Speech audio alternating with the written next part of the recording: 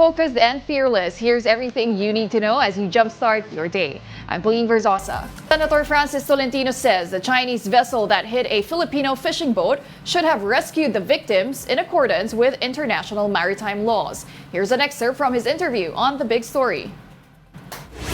What else do we know about this? Well, I was informed by some of the relatives of the missing fishermen that indeed it happened July 7, and apparently one survived, one was rescued, and then the other one is still missing.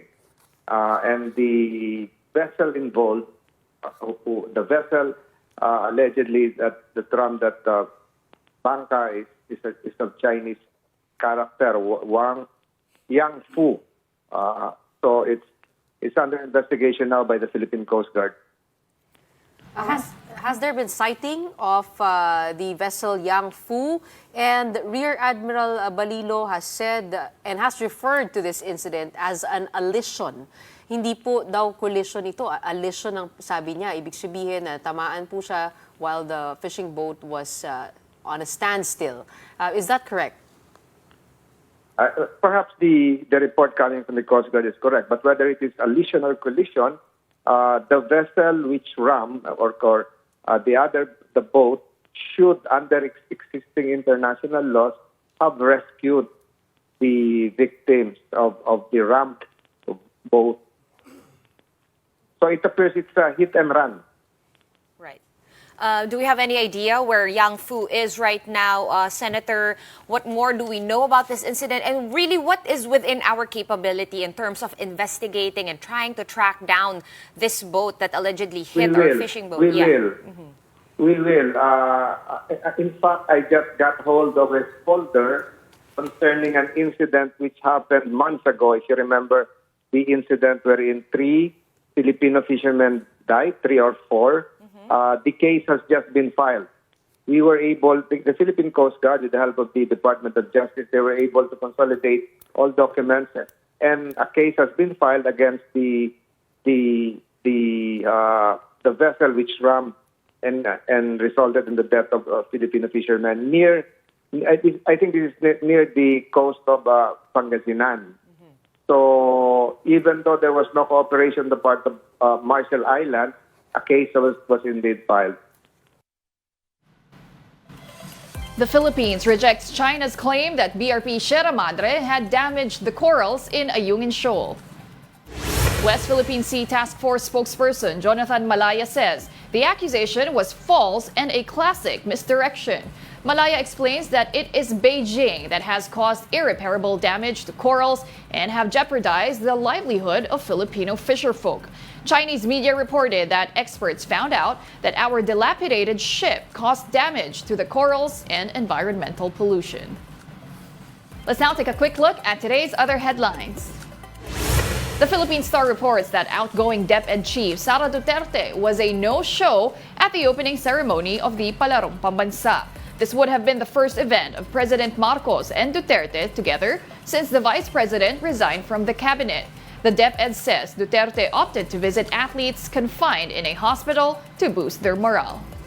And in business world, manufacturing output growth eased in May as production of computer, chemical, and metal products contracted.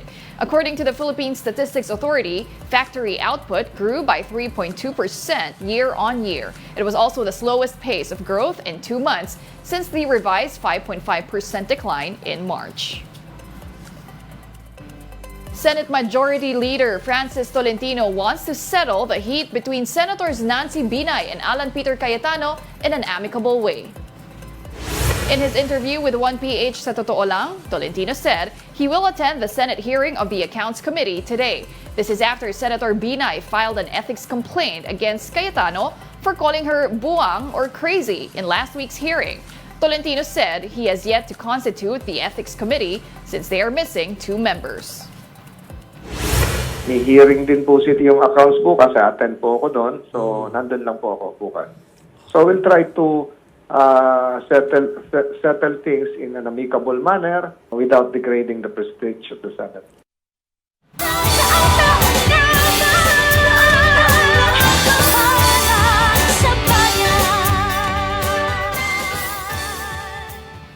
3 boxers from the national team flew to Metz, France to train with Filipino Olympian boxer Nesthy Petecio. And one of them is none other than her brother. From Metz, France, Carlo Pamintuan has this report. With ABAP and the Philippine boxing team focusing on individualized training, they have decided to fly in 3 boxers from the Philippines to Metz, France for Nesthy Petecio and Ira Villegas. One of them is Nesthy's brother, Norland. Knowing it could be her last stint in the Olympics, Nesthy is changing things up for this training camp. Instead of sparring with the world's best, she will keep her cards close to her chest by working with 3 Filipino boxers instead. Joining her brother Norland are Clark Visera and Ronnie Ogaire. Gusto kong maiwan dito kasi hindi na ako bumabata and yung laro ko before sa mga 20s pa ako, yung bilis ko, tsaka bilis ko ngayon, magkaiba eh. So, kung lagi ako nakikita ng ibang katimbang ko, ibang kalabang ko, mapapansin din nila yan. So, kaya as long as na kung pwedeng sa laban na lang nila akong makita. Kaya gusto kong maiwan dito.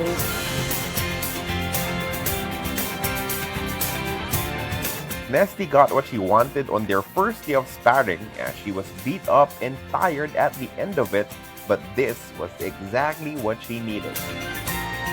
Sobrang laking tulong talaga ng mga lalaki kasi yung speed nila, yung bilis talaga, yun yung gusto kong makuha. Yung bilis nila, yung pace nila, hindi ko man sila malampasan.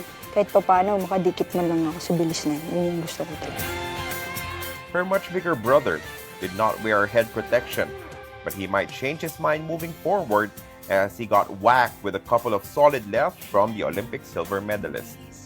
Dumilim talaga yung paningin ko dun, sir. Totoo. Di ako nagpatama talaga. Tinitignan ko yung gano'n kabilis si ate, yung power niya. May improve pa talaga. More training pa. Tutulungan ko siya para Hindi man lang sa yung advance kami, pero sana makuha yung gold yun. For Norland, there was hesitation to joining this training camp in Metz as he did not want it to appear like a favor for Nesthy to have her younger brother by her side. However, there was a need for a taller sparring partner to emulate Nesthy's taller opposition in Paris. Sa akin po talaga.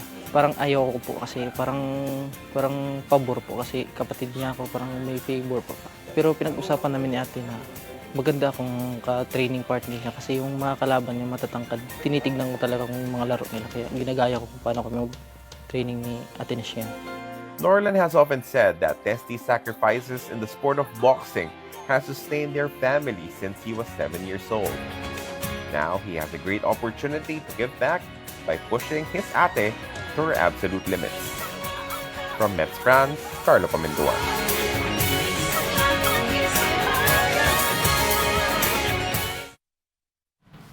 Thanks to a mix of video games and academics, Filipino-American Jared Hatch found his way into swimming and never looked back. Now at 25, he's proudly representing the Philippines as a strong contender in the 2024 Paris Olympics. Mobile Journal Denise Valdesancho has the story.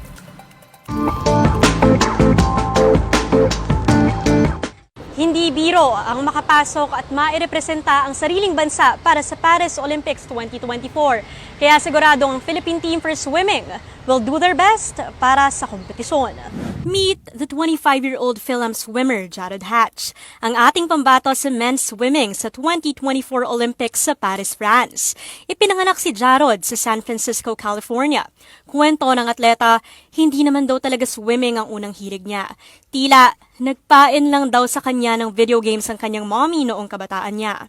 We went to an area with a swim team and my mom wanted me to try it, and she offered me to buy me video games if I were to just try it out for like 2 months or something.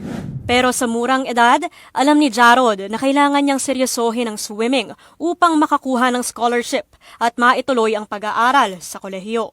I think it was my best option to get my education.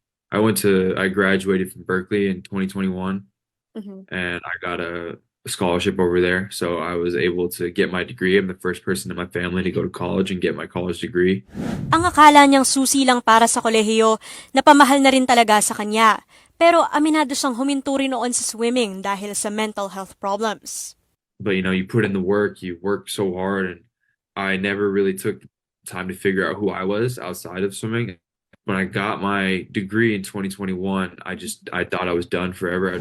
Pero hindi nga doon nagtapos ang swimming career ni Jarod. Naituloy niya ito hanggang pag-uwi sa Pilipinas. Siya kasi at si Kayla Sanchez ang na-nominate para punuan ang kota ng Pilipinas sa Olympics under the universality rule. I got a call from Lonnie Velasco to come back for Paris, and I agreed to it. But as a kid, you just kind of shoot for the stars. You just kind of, I want this, like the craziest goal. And when I started swimming, I was like, I want to go to the Olympics. Bagamat malaking pagsubok ang pagpasok sa Olympics, hindi raw siya nagpakain sa stress at naniwalang kakayanin niya basta't masaya siya sa kanyang ginagawa. With this kind of level of competition, it can be stressful. It can really break you. Yeah. I think a big emphasis is just trying to focus on having fun and just remembering Have fun. the feeling as like a kid, As for his plans after the Olympics, I'm just taking it day by day. Especially after this year, it's a lot of sacrifices, a lot of energy. tulad ni Jarod, let's take it day by day. I-enjoy ang ngayon and everything else will follow. Mobile Journal Denise Valdesancho po, hatid ang mukha ng balita. And those are the top stories of the hour. Join us later at 9 a.m. as we continue to monitor the day's biggest stories. I'm Pauline Verzosa. We are One News.